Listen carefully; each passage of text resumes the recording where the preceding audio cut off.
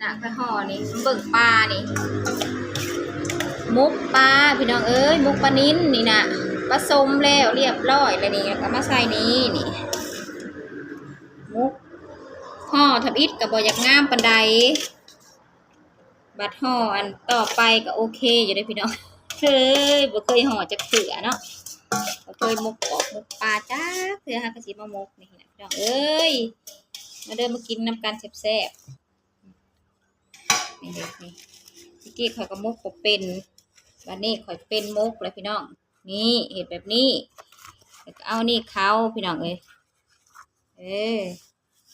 อันนี้ขาวกับมาแวบไม่หนีอันนี้กับมาแวบมาหนีใบตองเขาเห็ดสันพวกพี่น้องเนาะนี่ดิตรงนี้นี่ดิงามเลยพี่น้องข่อยหักสีเอานี่ว่ามุกตีนเพื่อนไว้นี่ดิ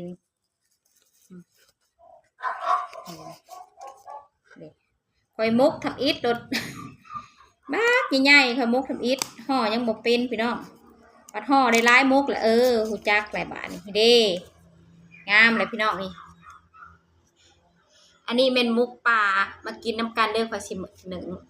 2มุกนี่งามแน่ผัดมุกเห็ดก็นะขี้ร้ายก็อย่างมันเนาะพี่น้องเนาะพอมันแซ่บพอมันกินอิ่มแต่พอมุกบักใหญ่